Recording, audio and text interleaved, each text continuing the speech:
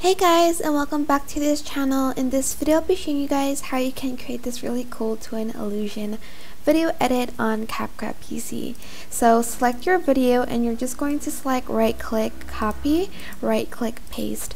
And on the second video you're going to select cutout. If you're on basic, just select cutout. Make sure you're on the video tab. Select auto cutout and select the object and move it either to the left or to the right.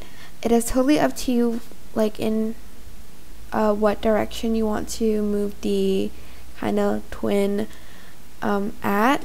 I guess you can also even make more than 2 copies. You can add another one even here and move it to the right. It could be like a triplets kind of thing, but that is basically it. I hope this tutorial was helpful for you guys. Don't forget to like, comment, share, and also subscribe to this channel if you haven't done that already.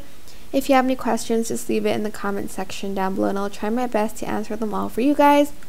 And if you found this video helpful, please click the thanks button above the description box down below. Thank you so much for watching. Bye!